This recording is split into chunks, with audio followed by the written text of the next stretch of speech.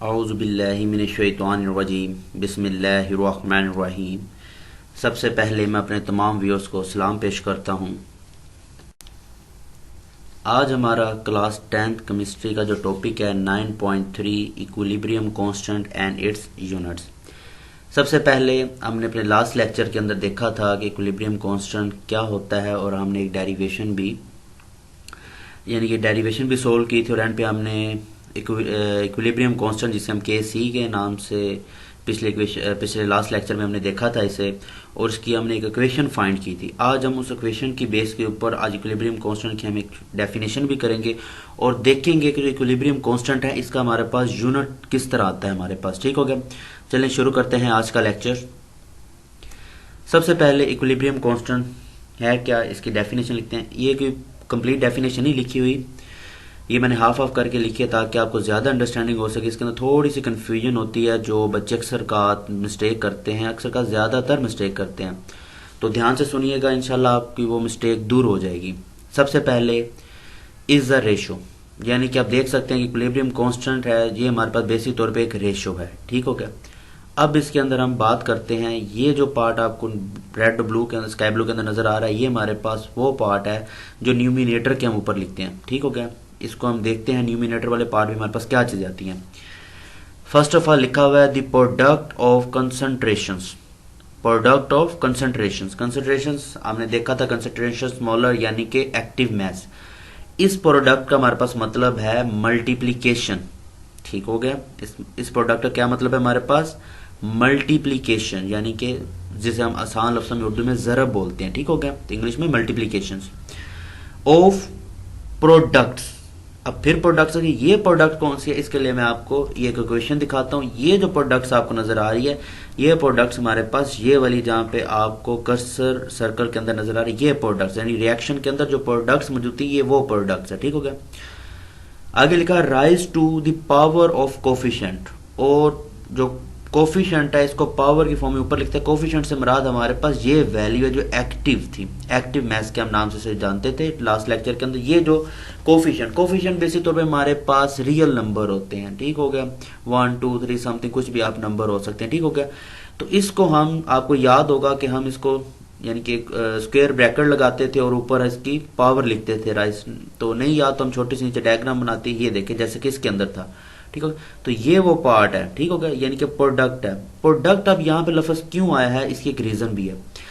अक्सर का होता है हमारे पास कुछ ऐसी इक्वेशंस भी आती है जहाँ पे ये जो प्रोडक्ट्स वाला पार्ट है ना, ये वाला जो हमारे पास रिजल्ट बनते थे इक्वेशन के, वो एक से ज्यादा भी आ सकते हैं। ठीक हो गया, अगर एक से ज्यादा आते हैं तो जैसे कि आपको इस पार्ट के अंदर मल्टीप्लीकेशन प्रोडक्ट नजर आ रही है, इसी तरह फिर इस प्रोडक्ट के अंदर भी हम मल्टीप्लीकेशन करना लग पड़ते हैं। ठीक हो गया, इसलिए यहाँ पे वर्ड प्रोडक्ट आ रहा है। ठीक हो गया, तो इस तरह हम इसको लिखते हैं एच आई, और ये जो 2 है आपका, ये जो कोफिशिएंट है इसको हमने राइज करके ऊपर पावर बना दिया हुआ है 2।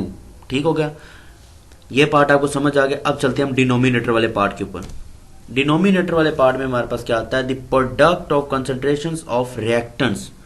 अब इसके ऊपर क्या होगा, जो हमारे पास रिएक्टेंट्स है इनका प्रोडक्ट होगा, यानी कि इनकी मल्टीप्लीकेशन होगी, जैसे कि आपको इस इक्वेशन के अंदर नजर आ रहा है।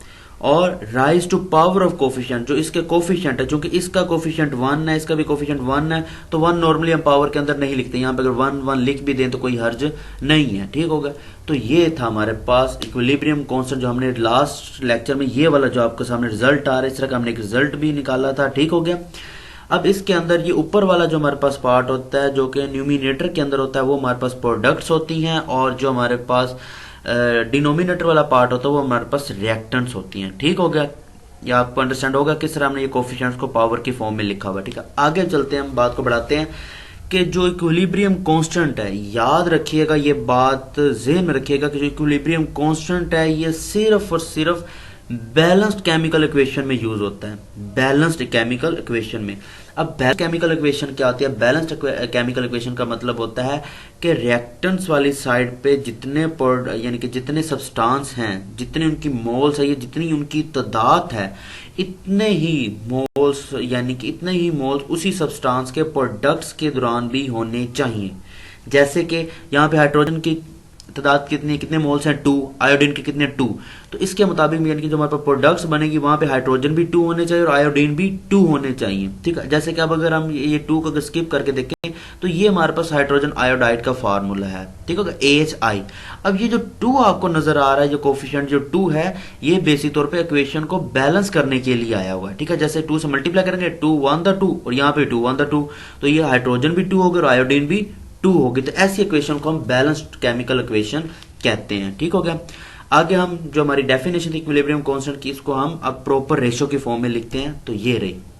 ठीक हो गया। तो सेम वही लिखा है ब्लू कलर के अंदर, मैंने जो ये किया हुआ ये वाज़ेह बता दिया कि ये मल्टीप्लीकेशन है। इस प्रोडक्ट का मतलब क्या है, मल्टीप्लीकेशन, और ये प्रोडक्ट हमारे पास ये जो रिजल्ट बनता है। ठीक हो गया। तो product of the concentrations of products raise to the power of coefficient, denominator part में हमारे पास product of the concentrations of reactants raise to the power of coefficient. ठीक हो गया।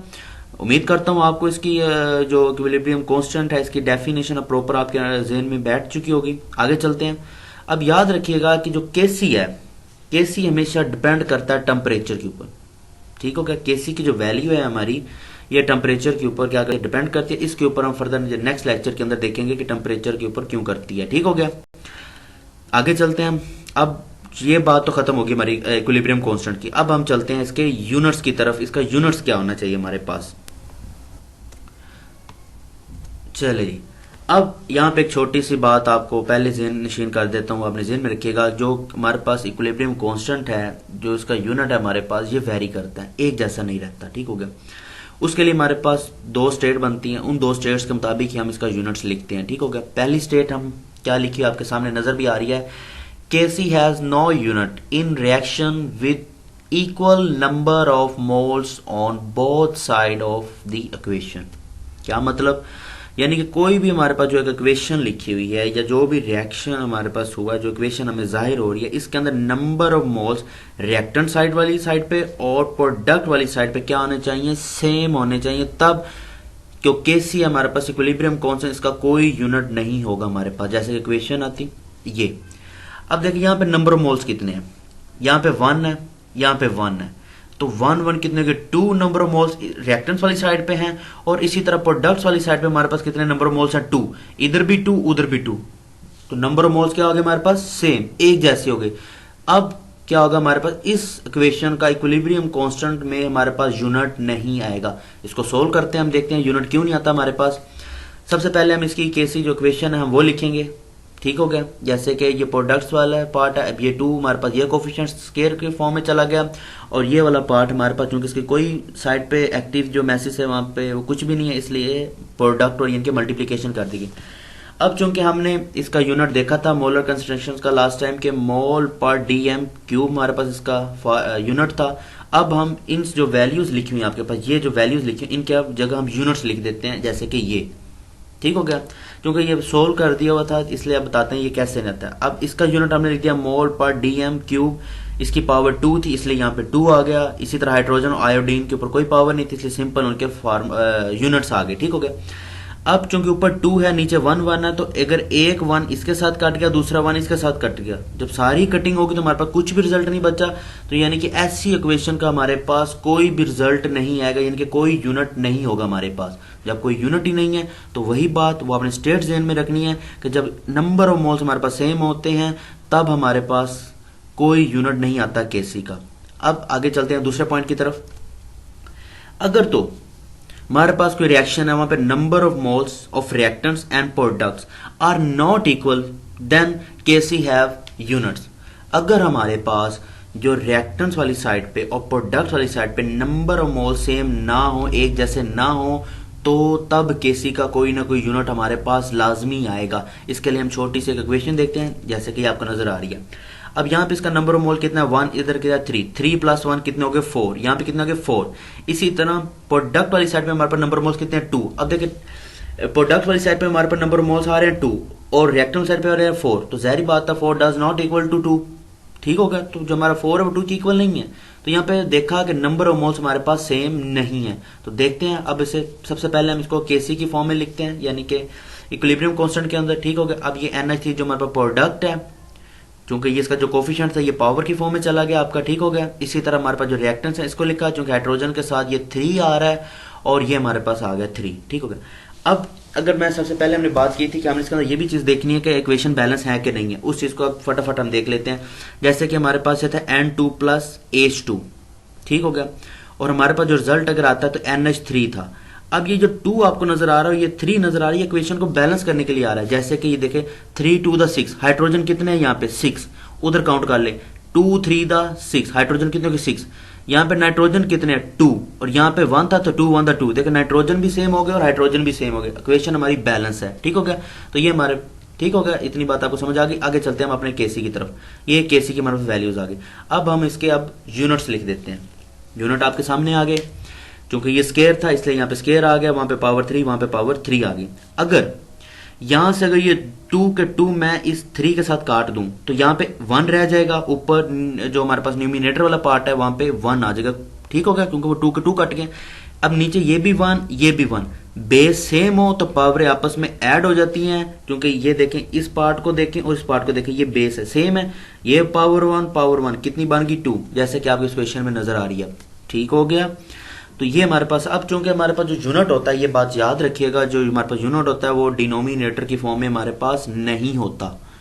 तो यानी कि अब हम इसकी जो डिनोमिनेटर पार्ट है इसको उठा के ऊपर नोमिनेटर वाले पार्ट में लेके आएंगे। तो याद आपको मैथमेटिकल टर्म में कि जब भी हम डिनोमिनेटर से न्यूमिनेटर या न्यूमिनेटर से डिनोमिनेटर की तरफ आते हैं तो हमारे पास साइन चेंज हो जाते हैं, ठीक हो गया। अगर मैं इस 2 को अंदर मल्टीप्लाई करा दूं तो ये मोल के ऊपर भी 2 आ जाएगा और यहाँ पे -6 आ जाएगा, ठीक हो गया, मोल 2 DM -6।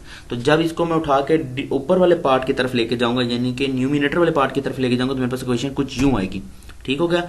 अब चूंकि यहाँ पे मोल +2 था, ऊपर गया तो -2 हो गया, और DM हमारे पास नीचे -6 था, ऊपर जाके ये +6 हो गया। तो ये हमारे पास फाइनल इस इक्वेशन का यूनिट आया केसी के अंदर।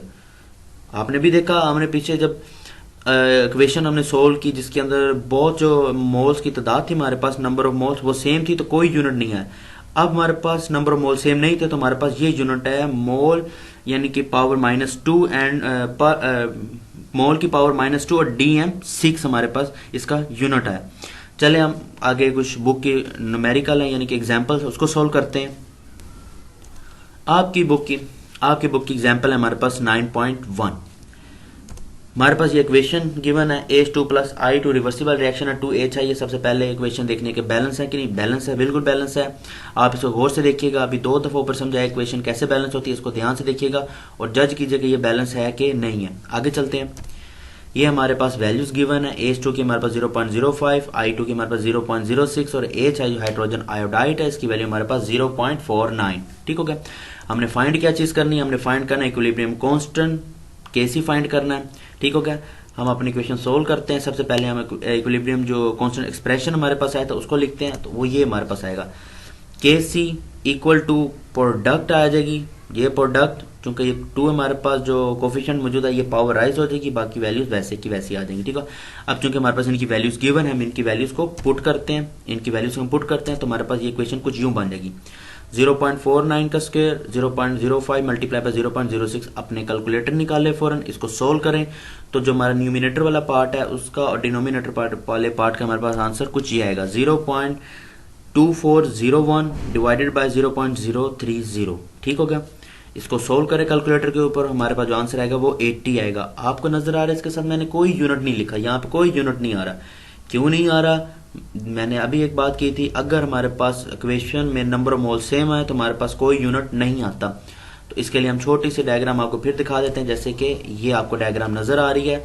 तो ये हम अगर इसको यूनिट की फॉर्म में लिखते हैं तो ये 2 ये 1 सारे कैंसिल आउट हो जाते हैं, हमारे पास कोई यूनिट नहीं आता, ठीक होगा। तो ये थी आपकी 9.1 एग्जाम्पल, 9.2 और 9.3 एग्जाम्पल आप सोल्व करिएगा। अगर कोई प्रॉब्लम आती है तो कमेंट करें, इंशाल्लाह उसका आप या उसकी वीडियो हम बना देंगे उसके ऊपर, या तो फिर आपको उसको अंडरस्टैंड के लिए आपको कुछ मटेरियल प्रोवाइड कर दिया जाएगा लाजमी तौर पर, ठीक हो गया। उम्मीद करता हूं जो टॉपिक था 9.3 equilibrium constant and its unit आपको अच्छी तरह अंडरस्टैंड हो गया होगा। अगर फिर भी आपकी कोई कंफ्यूजन रह गई या किसी किस्म की आपको चीज अंडरस्टैंड नहीं हुई या कोई आपका क्वेश्चन है तो आप कमेंट करें, इंशाल्लाह बहुत जल्द आपको उसका आंसर दे दिया जाएगा। बहुत शुक्रिया।